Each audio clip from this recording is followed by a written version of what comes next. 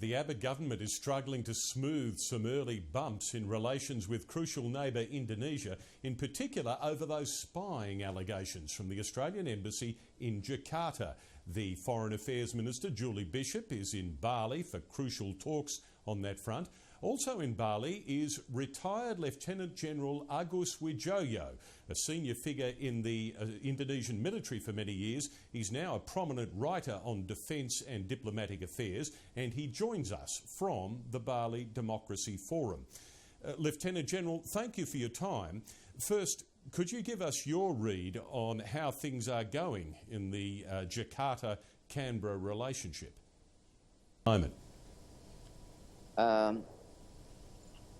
As in any bilateral relations that are encountering new administration in one of the sides or in both sides, of course, there are changes when there are changes of administration. This, I mean, also especially true from the Australian side, because the Australian side has had a new Prime Minister coming in with, of course, new policies, but also outside of that, there may be some other issues that can bear quite a large influence on the bilateral relations between the two countries. What's your judgment specifically on the allegations that Australia has been spying in part on behalf of America from our embassy in Jakarta? Do you see those as particularly damaging? What we call a spying, if what we call a spying is a form of information collecting system, then it is a reality of its existence.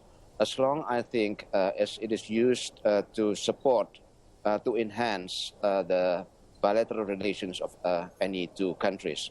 But because of the nature of quote-unquote spying as covered, it may have some negative implications in the relations between Indonesia and Australia, especially from my personal opinion is that in the new, more transparent and democratic Indonesia, is not the formal channels of communication sufficient enough to gather informations between the two countries in their bilateral relations, so that one have to resort to the covert model of what we know as spying. Do you have some sympathy for Australia carrying out some covert surveillance from the Jakarta embassy? It would be, again, back to my question, is not a more democratic and transparent Indonesia be sufficient enough in providing its open communication channels to other countries in gathering their informations, in the support of the respective bilateral relations? What is there that cannot be accommodated in the open communications channel in this more democratic and transparent Indonesia? I can understand if that had happened in the past regime of a closed authoritarian and centralistic system. But in a democratic and transparent Indonesia, what more are required that cannot be accommodated in the open communication channels?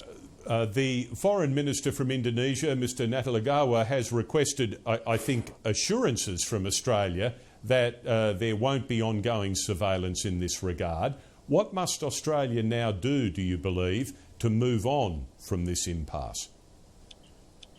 The problem, if issues such as spying occurs between two nations or two countries, it has its implications on trust between the two parties concerned.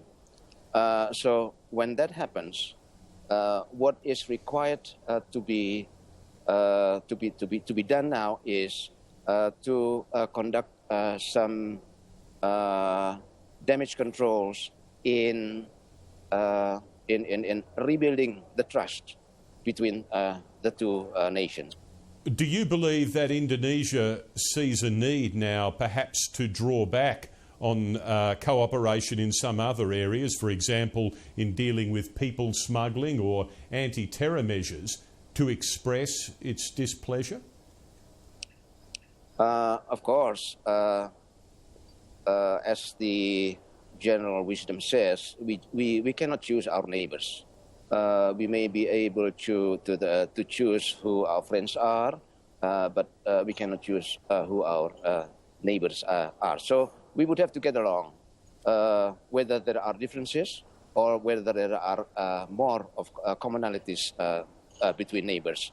So in that sense, this will put also more pressure how the positive bilateral relations has to be maintained and trust is to be built in the relations between the two nations and not to be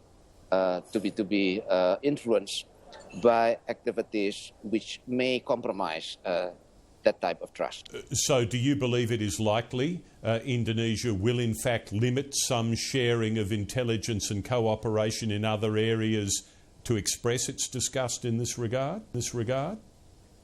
I think the current Indonesia is a more democratic and transparent than the political system of the past.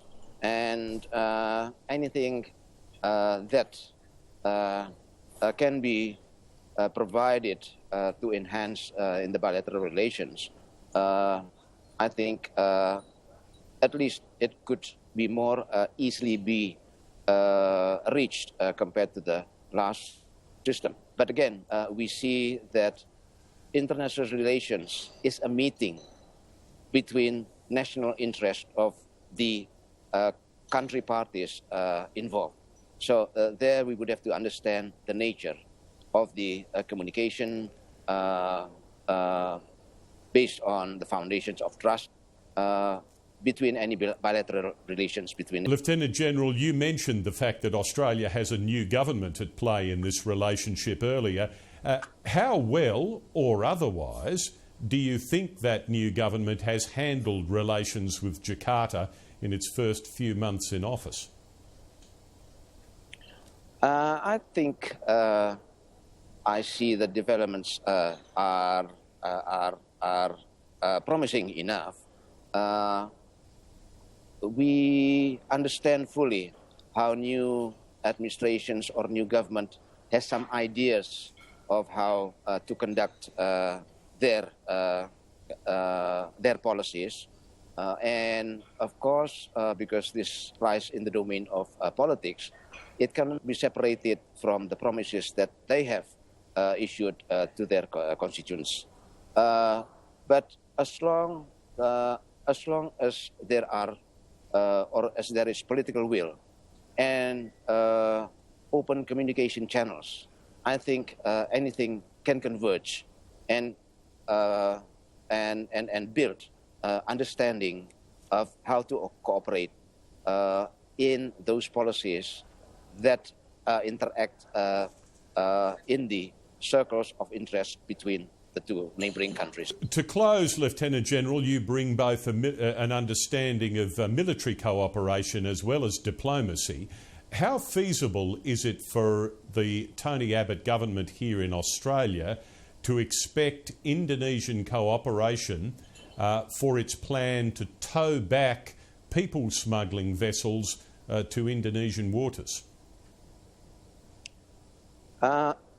Again, as I have said, as long as the two governments are willing to open communication channels and to talk to each other, I believe that there are some points of understanding and meeting points as to reach the operational level of how to cooperate with each other. Because in conducting cooperation or implementation of these policies, which has to be reciprocal in nature, there may be some instances or situations which are different from the Indonesian side compared to from the Australian side.